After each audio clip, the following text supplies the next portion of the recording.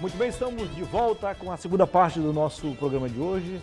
RB Notícias, ao vivo na sua TV Rio Branco, canal 8.1, SBT Sistema Brasileiro de Televisão, com apoio do Arasuper e também do Araújo Mix, que compõe a melhor, a mais antiga e maior rede de supermercados do Acre.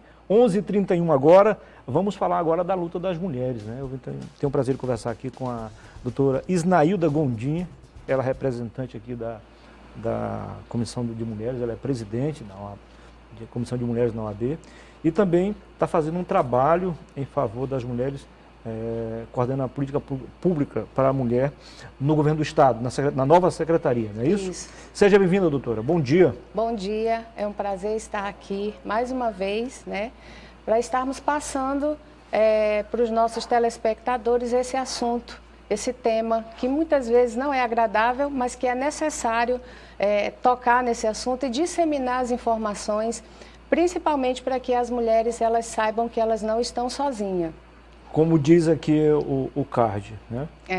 Campanha Mulher, conte comigo, você não está sozinha. Exatamente. A ideia da campanha, o objetivo da campanha é exatamente levar essa informação para as mulheres e principalmente alertar os agressores que as instituições estão unidas e engajadas nesse enfrentamento à violência contra a mulher. Além das instituições, nós temos alguns órgãos também, inclusive do setor público. Como é que vocês conseguiram incluir as farmácias nesta luta? Então, a exemplo do que aconteceu na Argentina, hoje nós fazemos parte de um grupo de trabalho do Mercosul que trata sobre violência doméstica e familiar, né? Lá na Argentina eles adotaram essa prática, né? O governo dialogou com as farmácias e quando a mulher vítima de violência chega na farmácia, o código que ela utiliza é perguntar se tem máscara vermelha. Então é um sinal de que ela está passando violência doméstica e ali eles já encaminham para a polícia responsável e também pelo canal de denúncia deles lá. O nosso aqui é o 180, né? Então, assim, vendo essas boas práticas, reunindo, perguntando deles se teve a verdadeira efetividade, nós adotamos e trouxemos aqui para o Acre. Então, dialogamos com as farmácias, hoje a Recol Farmas adotou a nossa campanha, a Ultra Popular, Farmácia do Consumidor, e o objetivo é levar informação a essas mulheres sobre os canais de denúncia que estão disponíveis nesse momento de isolamento social. E a rede Arasuper também, viu? É importante. O Arasuper está em todas. O Arasuper, Araújo Mix, se você for fazer suas compras lá, você vai ouvir o nosso podcast da campanha, levando a informação desses números de violência, né, números de denúncia, para que a mulher possa estar denunciando, ou algum vizinho também, que é importante trazer essa conscientização para a população, trazer vocês homens também, para se engajarem conosco nessa campanha e dizer que você pode salvar uma vida. Com certeza. É aquela história, né? A dor de alguns serve a alegria para outros. Tem gente aí já investindo em máscaras vermelhas. Vão vender muito, mas por enquanto, depois isso vai passar. Isso vai mudar, nós vamos reverter esse quadro. Deus, a gente tem que acreditar, né? Sim. Agora, doutora, a gente vê aí que as mulheres estão divididas em vários grupos. Sim. Mas eu acho que os dois maiores são um grupo que acredita que ela tem todos os direitos e que aquelas medidas protetivas vão salvá-las. Não é verdade. E outras que acham que já perderam a esperança, não procuram vocês, não procuram o Estado, não procuram a OAB, não procuram ninguém, acha que ela já está condenada à morte e é só esperar o dia. E não é bem assim, vamos buscar um ponto de equilíbrio, nem 8 e nem 80, né? Sim. A medida protetiva não vai salvar por decreto a vida de ninguém, mas pode ajudar. E outra coisa, quem está se achando já perdida, sem volta, está equivocada. Temos como estender a mão. É isso? Sim, é importante você trazer esse tema para que as mulheres saibam que nós temos, por exemplo, 2 casas-abrigo aqui no nosso estado.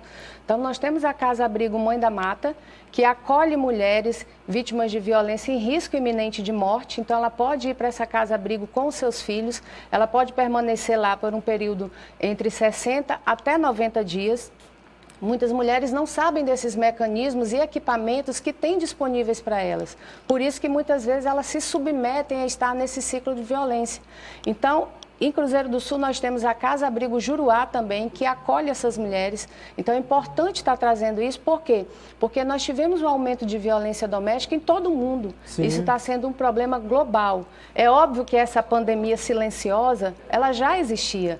Então agora com o isolamento social, ela está mais tempo com o agressor, 24 horas com o agressor. Então, a própria insegurança econômica que as famílias estão vivenciando, o medo de adquirir, né, o coronavírus. Então, tudo isso gera aquele estresse dentro de casa, junto com o álcool, o que leva muitas vezes a piorar essas discussões. Então, você veja bem, recentemente, o Fórum Brasileiro de Segurança Pública realizou uma campanha em que houve um aumento de 434% de discussões entre os vizinhos, né? Os vizinhos ouviram as discussões e informaram. Então, assim, um aumento violento, né? No período entre 20 horas e 3 horas da manhã. Esse é o horário de... Sim, então muitas vezes elas não denunciam, mas não significa dizer que elas não estão passando por violência. Ou seja, esse indicador de diminuir ou não o número de registros, não é uma realidade, não traduz a realidade. Não traduz a realidade que a gente chama de subnotificação. Doutora, é o seguinte,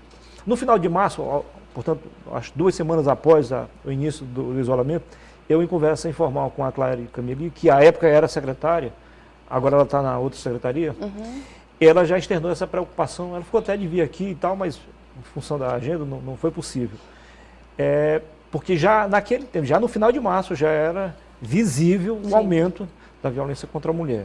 Tinha estourado. A pergunta é a seguinte, vocês conseguiram dar continuidade a esse trabalho no sentido de alertar as mulheres, de estender a mão, de se colocar à disposição, porque muitas acham que não tem onde buscar ajuda. Sim. Não é verdade.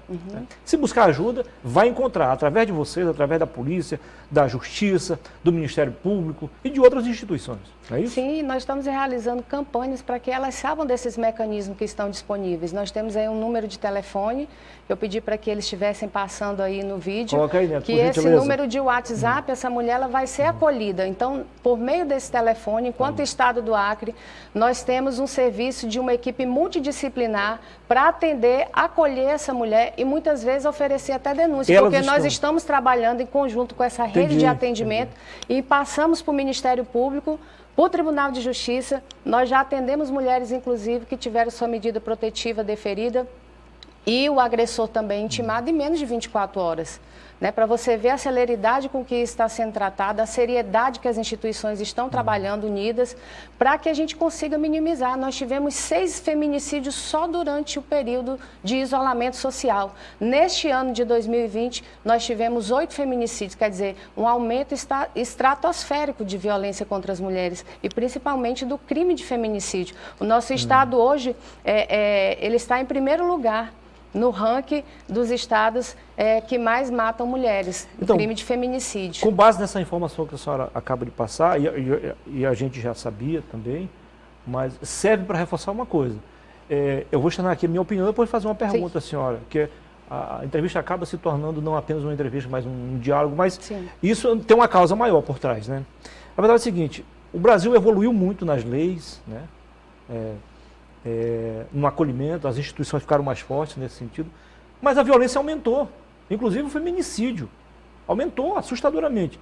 Então eu estou apostando muito mais num trabalho de ressocialização. Vamos encontrar esse homem violento, qual o perfil dele, o motivo de tanta violência. Você já tem um trabalho nesse sentido também? Temos um trabalho nesse sentido. Porque não basta só tratá-lo como um criminoso, como um marginal. Vamos ver o que está se passando na cabeça desse cara. Porque é um criminoso, né? Importante trazer isso para a sociedade, que a Lei Maria da Penha, muitas pessoas pensam que a Lei Maria da Penha ela é só para punir o agressor, e não é. Há uma previsão legal dentro da Lei Maria da Penha que nós temos que recuperar esse homem também, porque nós estaremos, eu sempre digo, é como se a gente estivesse enxugando gelo, porque por mais que ele cumpra a sua pena, que ele seja preso, quando ele sair ele vai continuar com o mesmo comportamento com outra mulher. Então esse trabalho é importante, o Tribunal de Justiça está conosco.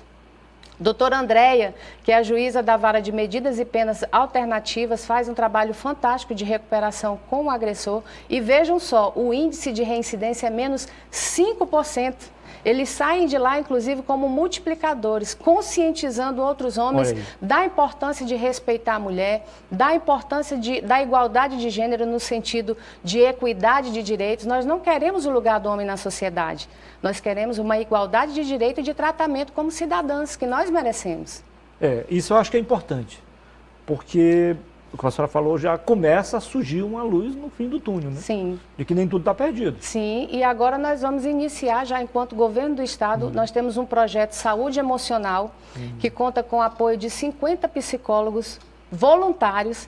Nós estamos atendendo remotamente as pessoas que foram acometidas pela Covid e diante desse aumento de violência doméstica, nós criamos um núcleo de violência doméstica que nós vamos começar a trabalhar também o agressor via remoto. Então, nós não estamos parados.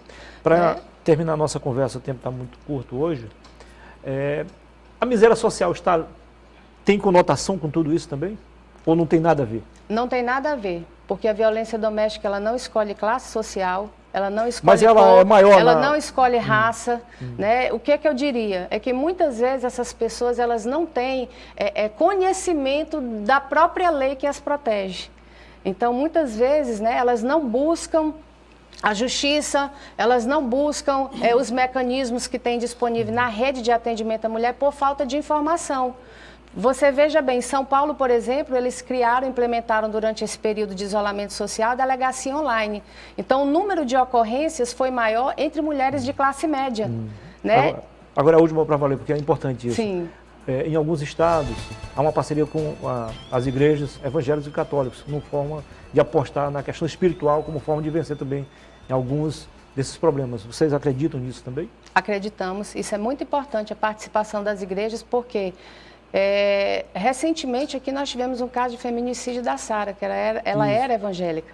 Né? Então, ela tinha pedido o juízo de retratação, que a gente chama no direito, tinha sido arquivado o processo dela, mas pelos relatos ficou sempre aquela história de que Deus vai mudar, ou que a mulher tem que ser submissa ao homem. Algumas pessoas desvirtuam isso que a igreja muitas vezes passa, mas é submissão no sentido de ajudar na missão, sim, claro, né? Não de estar debaixo ou inferior ao homem. Então, isso é importante porque as igrejas também elas têm um papel fundamental na mudança de mentalidade das pessoas e são formadores de opinião também. E nós temos apoio das igrejas, como, por exemplo, a Assembleia de Deus. Com as nossas campanhas lá em Cruzeiro do Sul, elas estão também nos ajudando nesse trabalho e aqui em Rio Branco também. Muito obrigado, doutora. Foi um prazer. Sucesso para a senhora, tanto na política pública lá no Estado, quanto como representante da Comissão da Mulher na OAB. Nós que agradecemos a oportunidade, o que eu quero dizer para vocês, mulheres, o silêncio ele não vai te ajudar. Então denuncie, né? Então procure manter o contato aqui vou deixar uma dica, última dica. Tenha sempre contato com seus vizinhos, com seus familiares nesse período de isolamento social.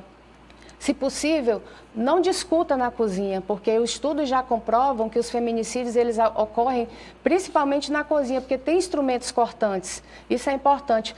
Utilize um código com um familiar seu, com um amigo seu, né, para que ele não saiba que você está se comunicando, mas você pode mandar um emoji de uma fruta, um emoji de um coraçãozinho, que aquilo significa que você está precisando de ajuda. Ele não vai desconfiar e você vai obter essa ajuda. Muito Mulher, obrigado. conte comigo, você não está sozinha. Muito obrigado, doutora.